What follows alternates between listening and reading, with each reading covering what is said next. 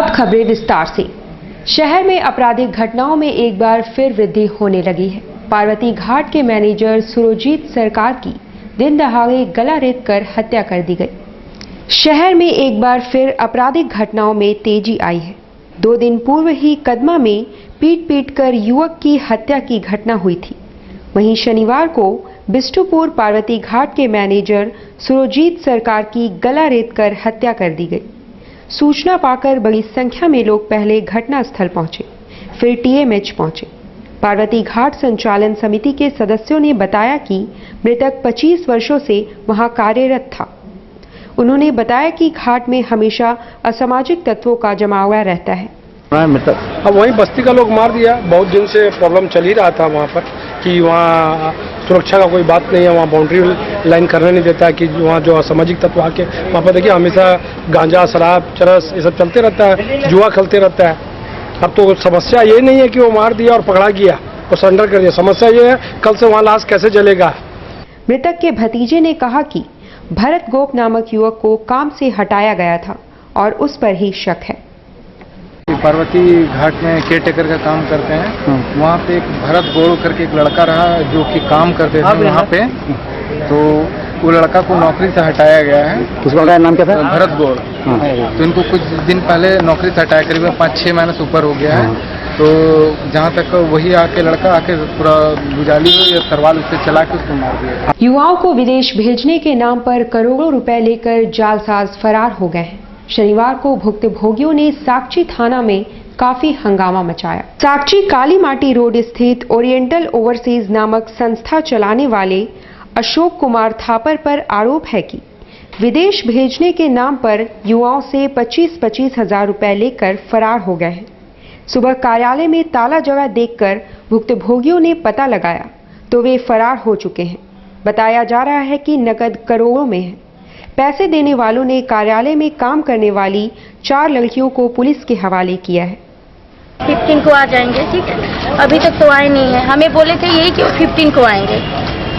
क्या बोले थे? पूरा बताइए, क्या चाहिए? कंपनी चलाते थे और क्या? हम लोग ओरिएंटल ओवरसीज से वीजा कंसल्टेंसी थी, इसकी कंपनी चलाते थे। अच्छा। ठीक है, यहाँ से वीजा अप्लाई होता था, बंदे जाते थे।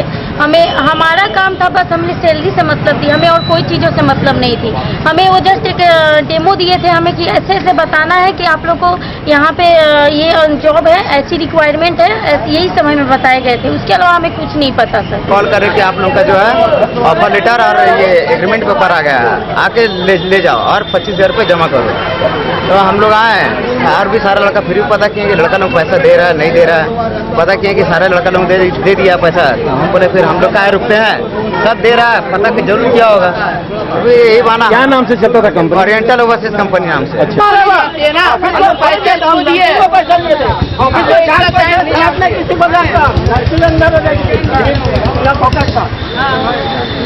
अभी मेरे को पैसा चाहिए, बोल देना उसको। कोई नहीं जाएगा।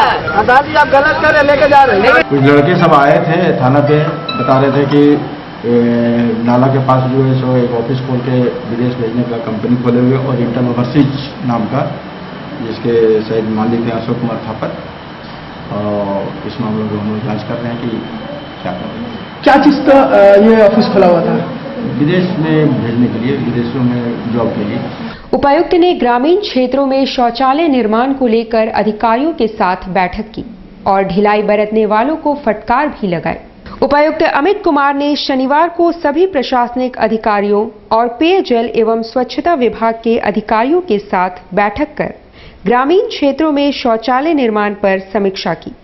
उन्होंने काम में ढिलाई के लिए अधिकारियों को फटकार भी लगाई।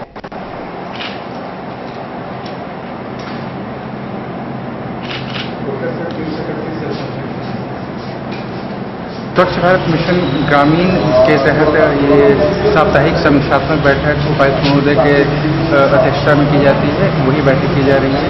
इसमें जितने भी हम लोगों के इससे mobiliser, block coordinator, PHED department के JEAs, district coordinator, district IEC manager, accountant, ये सभी मौजूद हैं और जिले के वरीय पदाधिकारियों को भी बुलाया गया है। और शौचालय निर्माण की क्या अभी वस्तु स्थिति है फोटो अपलोडिंग की अवस्था स्थिति है, इसी की समीक्षा की जा रही है। डिमना गेस्ट हाउस के बगल में सुबह लोगों ने एक युवक का शव देखकर पुलिस को सूचित किया। डिमना गेस्ट हाउस के पास निर्जन इलाके में सुबह मॉर्निंग वॉक करने आए लोगों ने एक युवक का शव देखकर पुलिस को सूचित किया।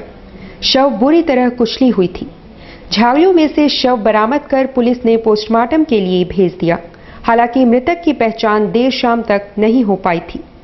गेस्ट हाउस के बगल में एक अज्ञात शव का सूचना मिला, उसके में हम पहुंचे तो झाड़ी में फेंका हुआ। क्या लगा, देखने से क्या लगा?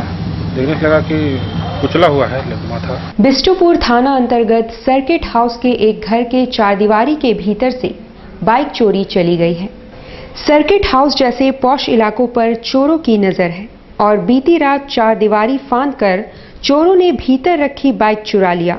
बाइक प्रवीण सिंह नामक व्यक्ति की है। Circuit house area north east है जगह का नाम। यहाँ हमारा बाइक जो है 10 बजे बाइक को अंदर करके लॉक किए हैं। हमेशा सामने खड़ा रहता था, कुछ नहीं होता था दिन में। 10 बजे ला के अंदर करके गेट में ताला खुद हम अपने से मारे हैं और आराम से सोया। रात को कौन सोचता है कि इतना बड़ा घर में आके कोई घुस के ले जाएगा।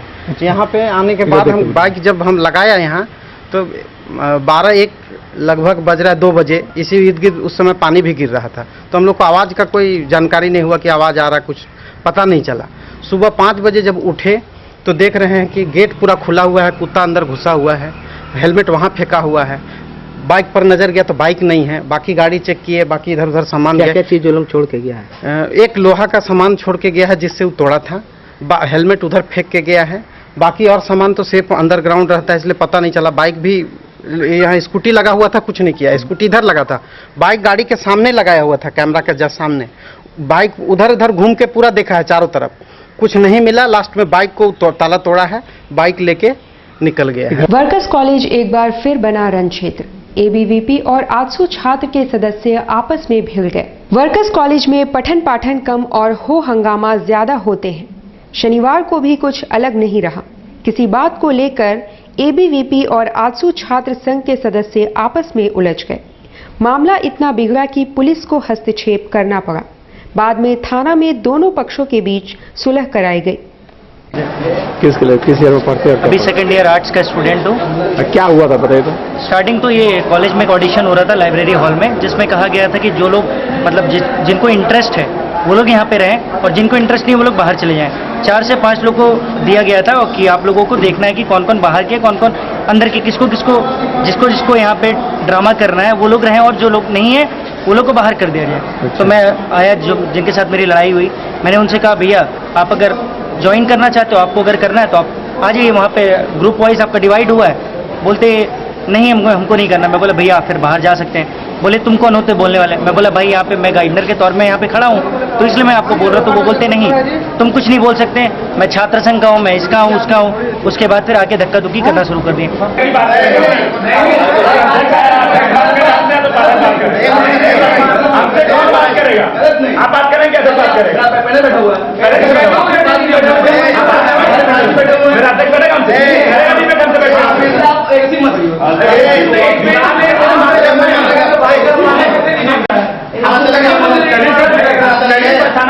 हम गलत नहीं, हमको डर नहीं है। झड़प हो रही है एक छोटा सा इश्यू लेकर के।